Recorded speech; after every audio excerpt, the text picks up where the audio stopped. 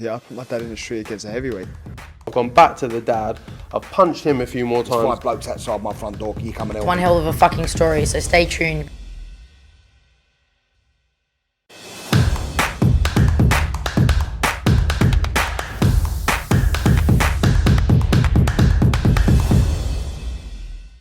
Razaban IFL TV, proudly sponsored by Everlast. Delighted to have with me the head of sport and entertainment for Meta Visionaries, the knowledge himself, Mr. Spencer Fearon. Spence, looking sharp as always. How are we doing? I'm good, Raz. Even better for speaking to you. So, assalamu alaikum to you and all my Muslim brothers and sisters out there. Assalamu alaikum. And all my non-Muslim brothers and sisters, I wish you peace and blessings.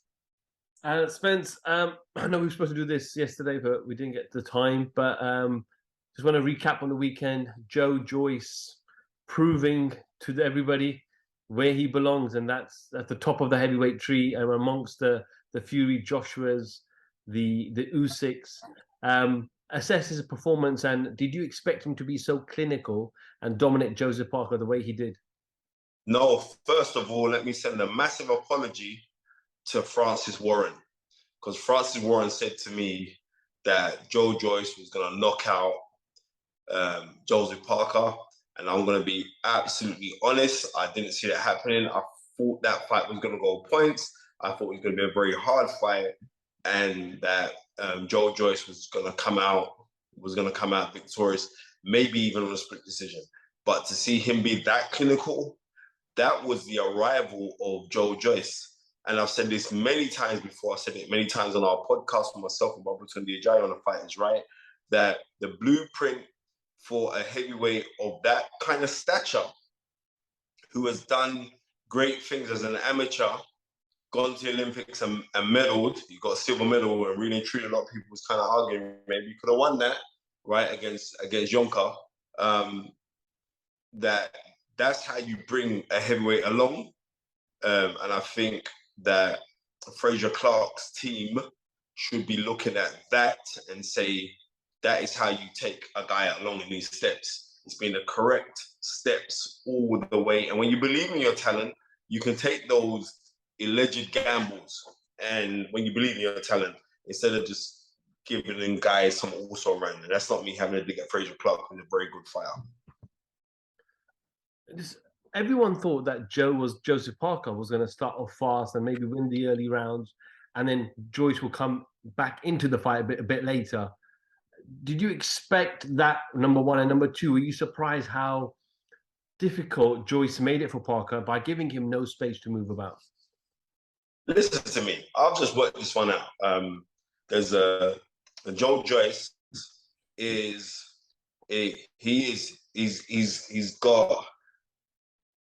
he's got the DNA of Frankenstein, George Foreman, and Ivan Drago all mixed up together, and then you put a little splice of the mummy inside of it, and then that is Joyce. And with Joyce as well, he's very, very deceptive. I know for a fact that Joyce is actually fighting within himself, because you don't really change up. You don't really see Joyce change up gears. So I think we are potentially looking at the future heavyweight champion of the world. I'm going to be real, because how well he takes shots. But the thing that I like about Joyce is the way that he responds after getting hit. He responds straight away. And because he responds straight away, that's what makes him dangerous. And he throws educated punches. I think it was round 5. He backs up Joseph Parker. And he throws like 5 shots to the body. And that's something that you know that he's been constantly practicing in the gym on the heavy bag, because that's how he threw the shots. And he was, and like how he's practicing throwing that overhand right, that's something that him and Ishmael Salas must be practicing regularly, because when he was throwing those right, and sometimes he's missing, but when he was connecting hard, and it was that kind of thing where, you know, he's got the fight in him. And somebody who's 37 years young, because he's a 37 years young kind of guy, not a 37-year-old guy, like, I really do believe that we're looking at something something really special. And I don't like how people are saying like, oh, well, he's boring. Oh, well, he's this. Tunde Ajayi has renamed him. He's no longer the juggernaut. He is Jollof Joe. That is who he is. He's a serious guy. Spence, what makes him so effective? You know, on TV, I wasn't at the fight. I watched it from home. He comes across deceptively slow when he punches, yet he's so effective. Simply because, do you know that Joyce does Caballero? You know that, what's it, the Brazilian Jiu-Jitsu kind of thing? So this guy can jump and spin and all. That's why I know that he's fighting within himself. So he's tricking the public. I'm telling you that now. He's tricking the public. But he never tricked nobody on Saturday night because that performance was, I'm gonna show the heavyweight division that I've arrived. Dylan White is my guy. Couldn't do that to Joseph Parker. Do you know what I mean? Andy Joshua is my guy. Couldn't do that to Joseph Parker. This man went in there and knocked him clean out. That serious, and it's how he did it as well. It was a transfer of weight, round 11. It was a transfer of weight because what he did with his right shoulder, he tucked his right shoulder over so he could dip and put the weight on the left leg, and then he came back and pulled back with the left hook. Something that we're not really seeing anymore in boxing, because like especially heavyweight boxing, because there aren't many teachers there anymore. But what I'm seeing here is like, just for him just showing me doing that move there, you got to give Ishmael Salas a lot of credit, because you know why? Because that man's a teacher. And what happens is when you're being around a teacher and you're a decent student, you will be able to perform those instructions that your teacher has set out for you. You know, I know you're a man that always says styles make fights. Who would you like to see him in with next? Because he doesn't want to gimme around. He doesn't want to play around. He's got a version of the WBO belt. And who would you like to see him in the ring with next? Well, I was fortunate to speak to Joe yesterday on the Fight Edge, right, with me and Tunde. I was fortunate that he came on the show, so I got to big him up. Also got to big up Shane Watson as well. I remember giving this little kid work experience at Sky, and like now he's running some big things down on Sam Jam, S Jam, sorry. So big up that you, good you. And he was saying like, he don't business, he just wants to fight. That's what he wants to fight because he knows that he's arrived now. No one can't turn around and say he's not top 5 heavyweight in the world, because he is top 5 heavyweight in the world. And I don't care who they are. Any one of them, name any name, including Tyson Fury, I'm telling you, it's on, because this guy is serious. He's a big guy, he's methodical, he's heavy-handed, and he's got a work rate on him. He's got a work rate on him. So, I don't know. I would say to throw him straight in. The Usyk fight's got to be there, right? And I was listening to the BT recording, because I actually paid for that. And the sneaky thing is this: when I bought the fight, you bought the fight as well, right? When you bought the fight, did it tell you the price of the fight? It didn't come up on my screen. I didn't care. I just clicked it and bought it and downloaded it. But yeah, it's I would like to see him with Usyk, to tell you the honest truth. That's what I'd like to see him. I'd like to see him in there with Usyk. This is the seriousness of the guy. I remember him having 3 fights in, he was saying that he wanted to fight Derek Chisora straight off of the bat. Do you remember that? Now, we're going back 5 years ago. Yeah, I remember 6 years ago, right? Maybe that fight, if the money's right for Derek. But I like maybe Hrgovic. That would be a good fight for him, simply because I thought Hrgovic was very, very fortunate to get the decision over Zhang. But Hrgovic is up there. But I think Zhang and Hrgovic was a final eliminator. I'm not quite rightly sure. But he's a WBO interim champion.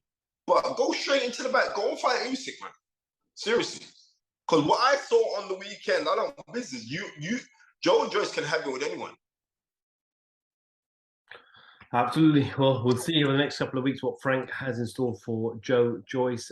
Spence, we were all getting excited. Well, I know you didn't want it, but in our last interview, we spoke about a potential fight between Anthony Joshua and Tyson Fury. Tyson's come out and set a deadline first of Monday of this week, and the deadline has passed, and he said he's no longer going to fight Anthony Joshua. I just want to read a quote from Frank Warren today that he did with Piers Uncensored. He said, Tyson's adamant. He said, he's enough is enough. Tyson's had enough. So that's it. He's the champion. He's the guy that matters, and he makes the decisions.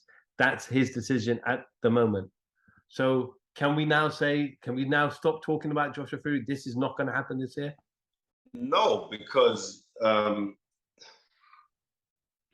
2 years ago, when the fight was first moving, it was 2 years ago, right? And Tyson Fury made that announcement, and it went all over the place. And it took ages, and nothing didn't happen. Then it was going to happen again. I think it was last year. Was it last year, August? There was talk about it happening again, and nothing didn't happen. Why would you think that you're offering someone a deadline and an ultimatum over a certain time, and like it's going to take that quick, it's going to be that quick? Let's just be real.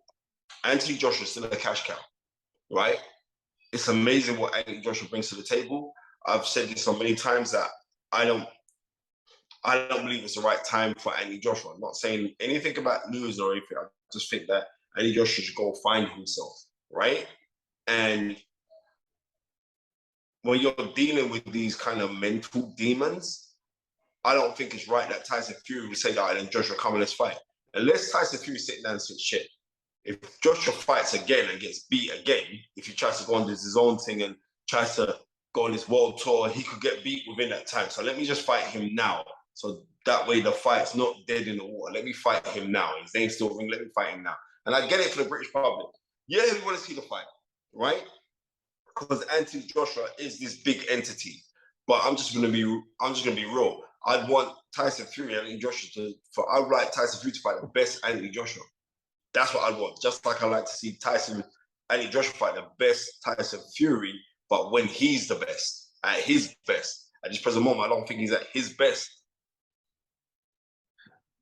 There are people in Joshua's team. Eddie's come out and said, "Look, we had a meeting with the opposite, with Fury's team, with networks, and talks are progressing well." So was it always going to be this fight, or was one team bluffing the other?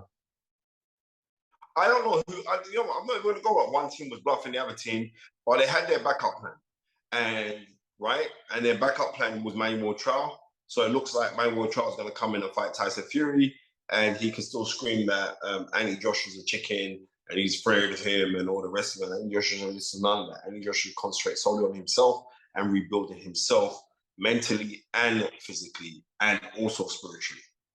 Do you think it's right for Fury at the level he is to fight someone like Manuel Cha, and all respect to Manuel Cha? No, I've seen worse heavyweight fights than that. You know? So I'm just going to be 100. I have seen worse heavyweight fights than that. So if Fury could just use that as just to keep active. Nobody can't deny Tyson Fury for taking the fight and want to be keeping active because he's offered out these big names. You know what I mean? You got to look back over the last few years in world title fights. He's gone back in. He's gone back in with the hardest punch in the world, single shot punch in the world, in Deontay Wilder, and he's fought Dillian Whyte. You know what I mean? Dillian Whyte's resume is a very, very good, outstanding resume. So he's done that. So obviously we say, well, then what is there left for him? Well, there's the Usyk fight. There's the Usyk fight. And then also, bar from Usyk, and there's the Joshua fight, right? And who else is there? But there is one person, Joe Joyce. Why don't you fight Joe Joyce? Seriously. I think more people are interested, like real people, aficionados, big up Danny Wright, more people who know boxing would say, yeah, that there, because you're not fighting a man that's lost 2 back-to-backs. You're fighting somebody who's fresh and who's hungry. Go and fight Joe Joyce. Do you think he'll willingly accept to fight Joe Joyce after his performance? But I don't think so, because maybe we think like Joe Joyce isn't a big enough name, but Joe Joyce is a bigger name than Manuel Chow. So go fight Joe Joyce. But Spence, do you feel like Fury? In that way, I don't consider a competitive fight. Go fight Joe Joyce. Do you feel like the Fury is probably one of the only heavyweights that could potentially control Joyce with his movement, timing, and size because of Fury's attributes? It's got nothing to do with his movement, timing, and size. I think it's to do with Tyson Fury's intellect. His intellect of boxing makes him very, very multifaceted because he understands the game, really understands the game. And he also understands there is a spiritual affinity to boxing. And Tyson Fury gets that, he knows that. And that's why Tyson Fury is dangerous. That's why he's such a good fighter. Spence, moving on, next week, born rivals, Chris Eubank Jr., Conor Benn. In the 90s, both their fathers were obviously great role models and legends of the sport. I know I've spoken to you briefly about this before, but how's your mindset almost 8-9 days away from the fight in terms of who do you think can overcome the other in this intriguing fight? You know what? Obviously, you're meant to scream and say Eubank is meant to do Conor Benn. He's meant to do him quite quick as well. Yeah? But I'm going to be real with you. I saw Eubank's fight against, what's the Morrison kid? Against Morrison, right? We went points with him. And I just saw Denzel Bentley, and big up Denzel Bentley, South London in the house. I see what Denzel Bentley did to Marcus Morrison. So off of that, now I'm looking, I'm saying, you know what? I'm not too rightly sure, you know? I'm going to be real with you. And I will not be surprised if Conor Benn sticks it on Eubank. Seriously, sticks it on him. I will not be surprised. I'm not going to call like who I think is going to win and all the rest of it. But what I am saying is this fight is not a foregone conclusion at all, right? And I've got a funny feeling that we could see an upset here, you know? And I got a really funny feeling that Conor Benn is going to do Chris Eubank Jr. Knockout, stoppage? I